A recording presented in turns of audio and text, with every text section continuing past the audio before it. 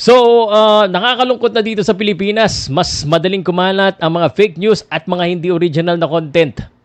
No? And the fact is, yan talaga sakit natin eh. Pero ano bang pwede natin gawin dyan sa mga nagpapakalat at para mabawasan man lang ito? Kasi sa tingin ko, mahirapan na talagang tanggalin yung mga yan eh.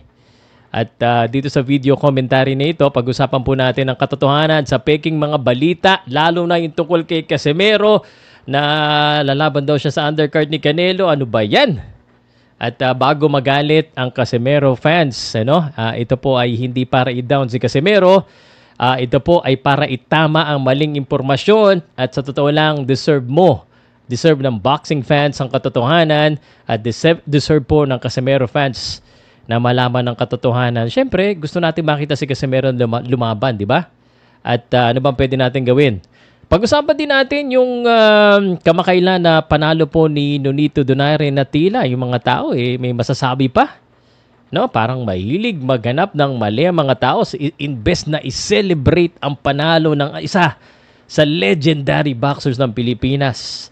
Pasintabi na po sa mga tatamaan, At yung huling topic natin, Christian Araneta, ang boksingero na lalaban po sa World Championship sa Japan. Ang tanong, sa pangatlong pagkakataon, manalo na kaya ang tinaguriang The Bomb ng Cebu sa isang high-level boxing fight abroad? At pagkapanalo niya yan, syempre may World Champion siya. Ano ba ang dapat niyang gawin para manalo? At yung totoo lang hindi dahil Pilipino ako, dahil dito po sa Pauka Sports, you deserve the truth at pawang katotohanan lamang. Simulan na natin.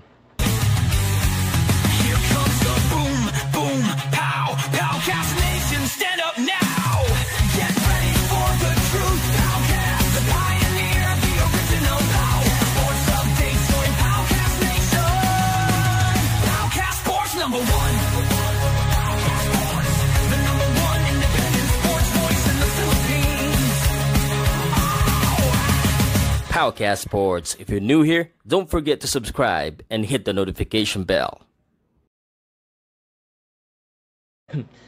Nakakasawa, nakakadismaya at nakakaawa na. Buti na lang ang Arena Plus hindi nagsasawa na sumuporta kay Powcast Sports.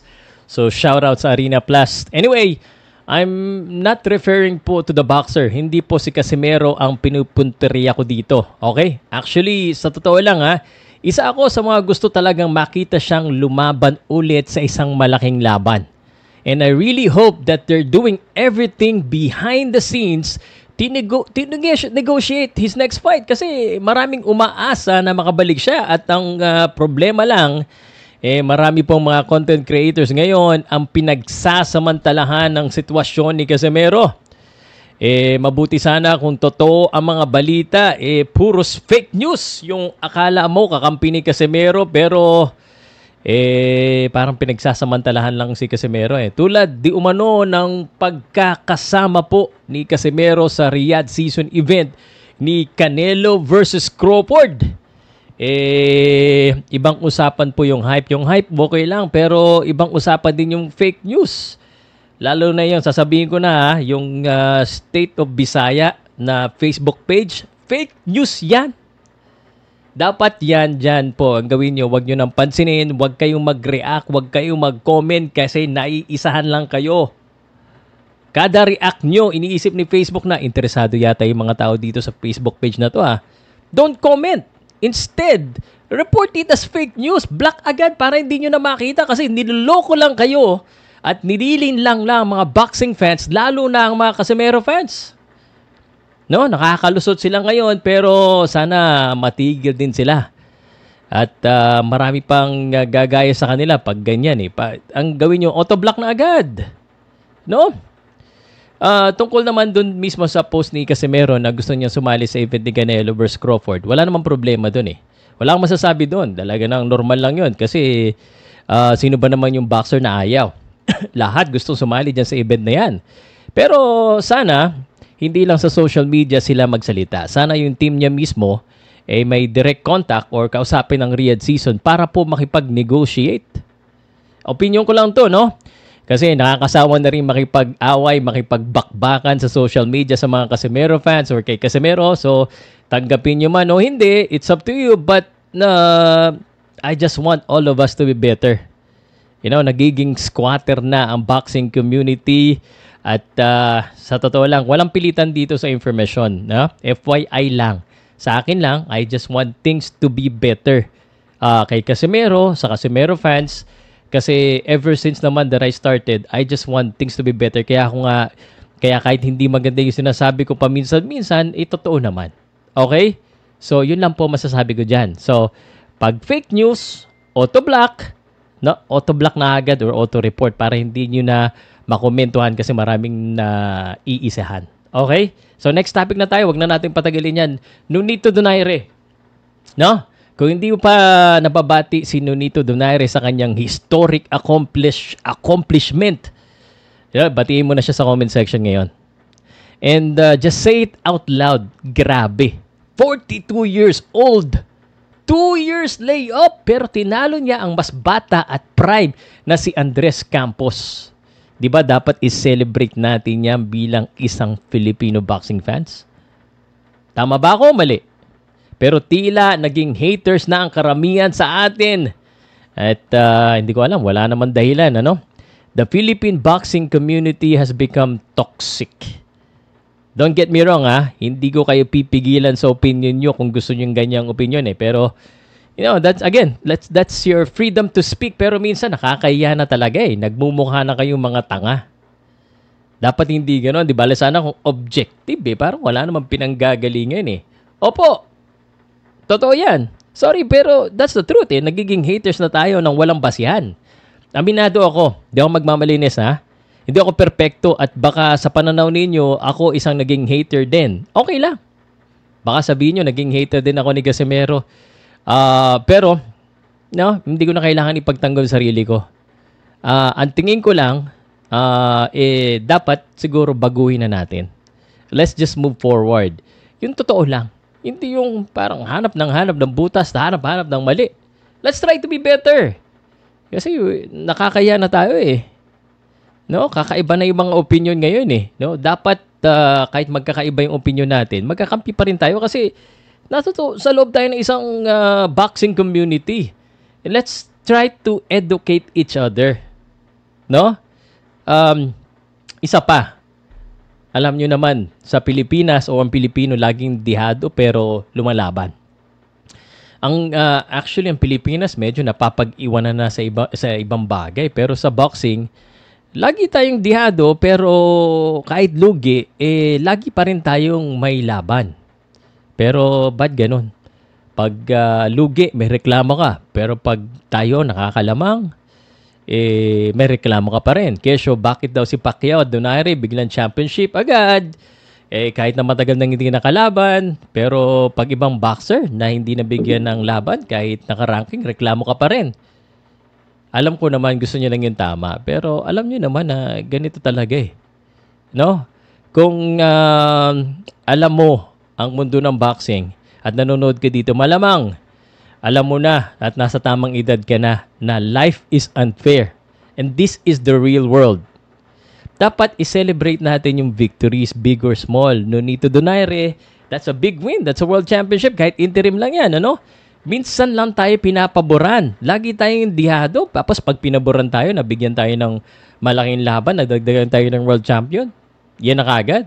May mga nagko-comment pa na kesyo maliit daw yung kalaban sa lower division daw. Problema ba ni Donaire yun? Sa totoo lang, hindi nyo naman alam yung buong kwento kung bakit yun ang nakalaban At saka hindi problema ni Donaire yun. Kasi kahit ikaw, mabigyan ka, kahit si Campos, mabigyan siya ng opportunity na makalaban si Donaire, hindi ba niya ikukuhanin niya? Will he not take the opportunity?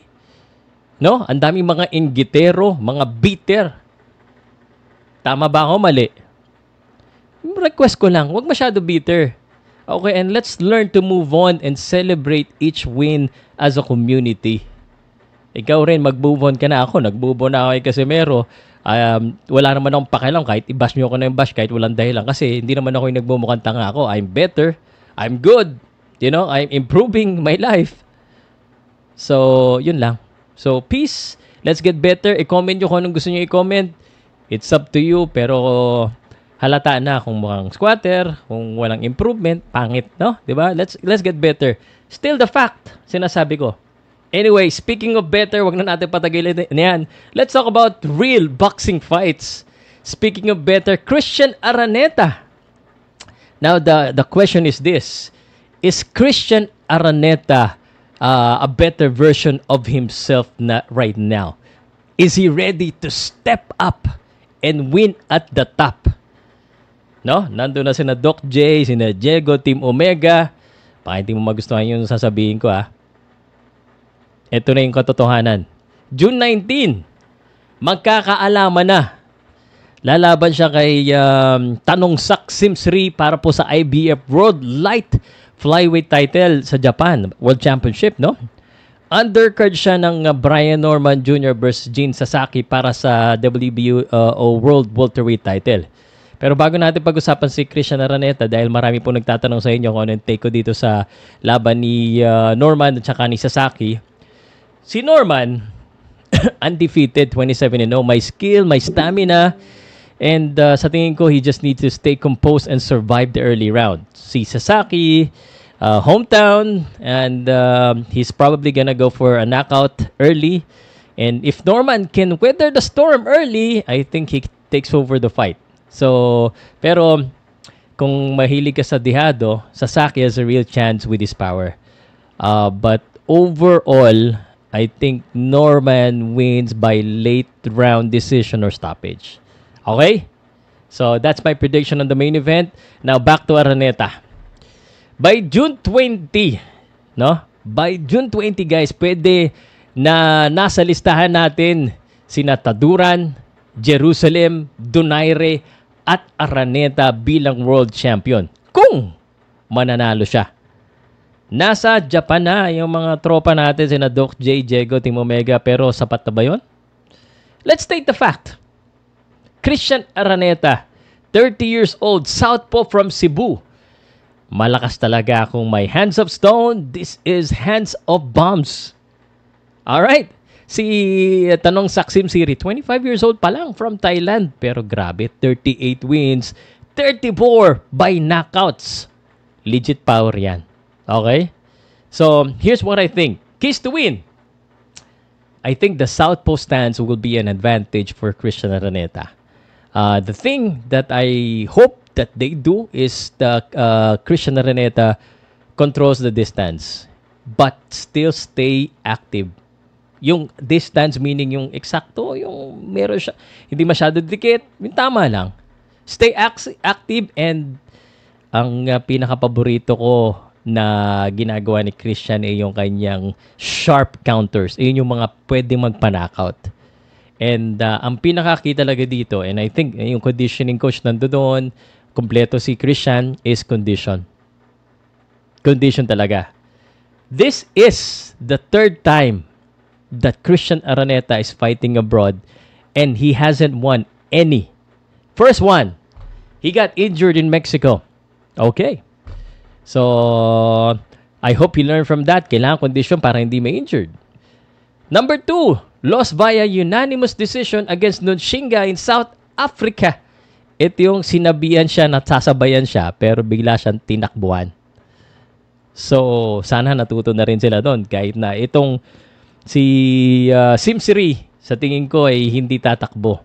This time talaga sa tingin ko hindi tatakbo ito. Unless masaktan. At saka hindi rin naman niya hometown yung Japan eh. Thai fighter ito. At based sa styles niya, lalaban to. Sa tingin ko lang sa tingin ko tatakbo lang ito kung siya ay nasasaktan. Hindi katulad ni Nonshinga tatakbo dahil mananalo. Sa totoo lang, ang record ni Simsiri, hindi ko i-deny may power yan. And Araneta must survive the early rounds.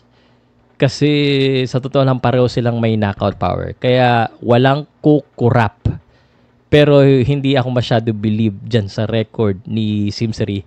Kasi padded yung kanyang record. Pero nonetheless, if he can knock out opponent, kahit hindi ganun kagaling, ibig sabihin talagang may lakas yan. Here's my prediction. Are you ready? If this goes the distance, lamang si Araneta. If early rounds, delikado. Here's the bottom line. Yung Araneta strategy, southpaw, angles, control, control lang yung kailangan hindi mag-control yung yung thigh dito. Ring generalship and saka yung counter niya. Yung combination counter niya. That is the key. Kailangan hindi mapagod si Christian. Okay? And si Sim Series, sa tingin ko, ang pag-asa niya dito, heavy shots early. Pressure niya kagad si Christian Araneta. Pressure niya lang ng i-pressure. Dikitan niya ng todo. And he might have a chance. But overall, I think for the third time, it's a charm. Araneta will win if he stays composed. Okay? If he stay composed, kahit tumakbo tong kalaban niya, sa tingin ko, Araneta might win by a late round counter, knockout, or decision. So, yun yung sa akin. Okay ba? O hindi? Do you agree with me? Let me know po sa comment section kung anong prediction ninyo. At tanungin ko rin kayo kung gusto nyo bang mag-commentary ako sa June 19 kasi Thursday ito. Comment nyo ha, hindi ito weekend, Thursday. At syempre, kung umabot ka dito sa dulo, you deserve a shout out at mag-comment ka ng NU. Kasi pag nakita ko yung NU doon sa una na comment mo, itatry kong replyan ka. Okay? At give your own prediction or maybe suggest a topic. Okay? So, ako po si Pao Salud. Walang kinikilingan, boxing ang protektahan at pawang katotohanan lamang. Salamat po sa Arena Plus. Thank you guys sa panonood. Comment ha. And you.